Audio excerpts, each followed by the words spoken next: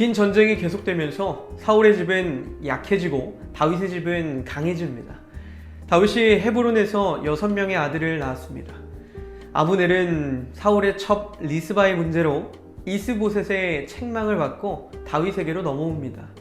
아브넬은 다윗의 조건대로 다윗의 첩부인 미가를 데리고 옵니다. 오늘 우리에게 주신 하나님의 말씀은 사무엘하 3장 1절부터 16절까지입니다. 사울의 집과 다윗의 집 사이에 전쟁이 오래매 다윗은 점점 강하여 가고 사울의 집은 점점 약하여 가니라.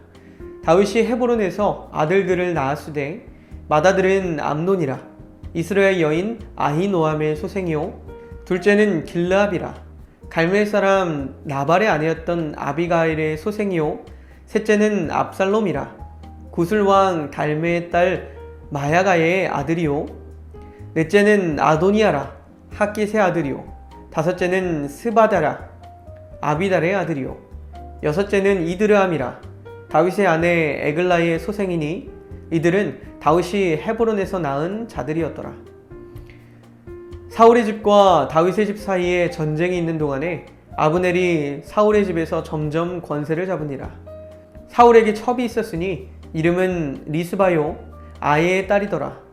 이스보셋이 아브넬에게 이르되 네가 어찌하여 내 아버지의 첩과 통간하였느냐 하니 아브넬이 이스보셋의 말을 매우 분하게 여겨 이르되 내가 유다의 개의 머리냐.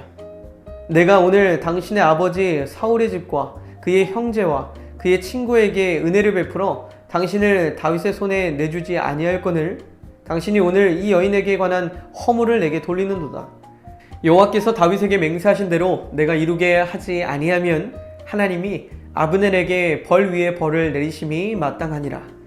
그 맹세는 곧 이 나라를 사울의 집에서 다윗에게 옮겨서 그의 왕위를 단에서 부엘세바까지 이스라엘과 유다에 세우리라 하신 것이니라 하매 이스보셋이 아브넬을 두려워하여 감히 한마디도 대답하지 못하니라.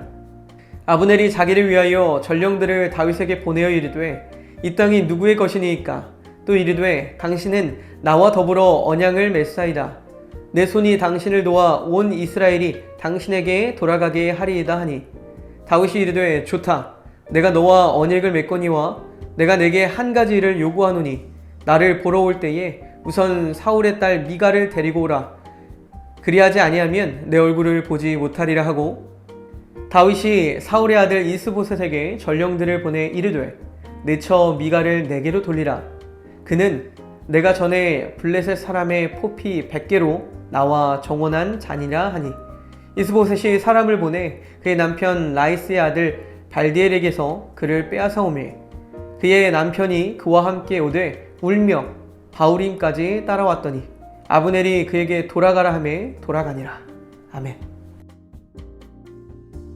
사울의 집과 다윗의 집 사이의 전쟁은 오랫동안 계속되었습니다. 하지만 전쟁을 하면 할수록 다윗은 강해져 갔고 사울의 집은 점점 약해져 갔습니다. 이것은 영적인 법칙입니다. 하나님은 우리에게 단번에 승리를 주지 않으십니다.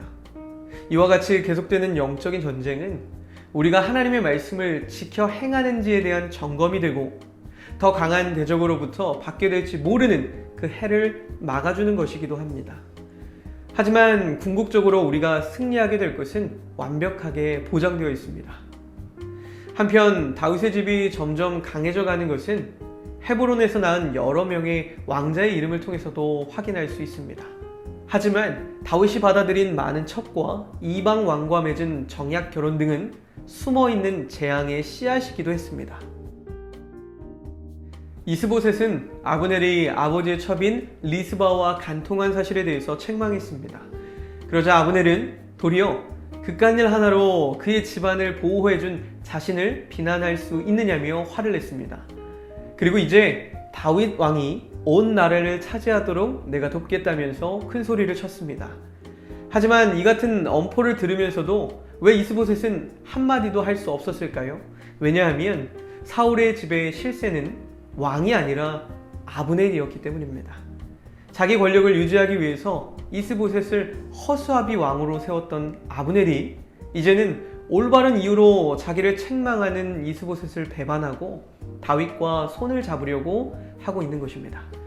이처럼 아브넬은 온갖 술수와 거만으로 가득 차 있는 악인입니다. 하지만 이스보셋이나 다윗도 그를 함부로 할 수 없었습니다. 그러나 하나님은 이것을 지켜보고 계셨고 결국에 하나님의 공의로 그를 심판하십니다. 오늘 성경에서는 다윗의 집이 점점 강해져 간다고 말하고 있습니다. 하나님께서는 그를 조금씩 강하게 하셔서 그분의 뜻을 향해 나아가고 있음을 보게 합니다. 하나님의 약속을 받은 사람을 하나님께서 도우신다는 것을 볼 수 있습니다. 반면에 하나님께 세움을 받았지만 그분의 뜻을 거역한 사울 왕의 집안은 반대로 점점 약해져 가고 있습니다. 결국 그리스도인의 성공 비결은 하나님과 어떠한 관계를 유지하고 있는가입니다. 아무리 강한 사람도 하나님께서 함께하지 않으시면 실패하게 됩니다. 하지만 아무리 약해도 하나님께서 함께하신다면 그는 승리하게 되어 있다는 것입니다. 결코 다윗이 대단해서가 아니라 그를 하나님께서 사용하시기로 작정하셨기 때문입니다. 우리가 하나님의 자녀의 대열에 들었다는 것은 하나님께서 우리의 삶을 인도하시는 복을 받은 것입니다. 그러므로 우리는 이미 하나님께서 승리케 하시고자 하는 그 복을 받고 있는 믿음의 자녀들이라는 사실을 기억하고 감사함으로 우리에게 주어진 삶 속에서 하나님께 대한 바른 믿음을 갖고 살아가야 할 것입니다.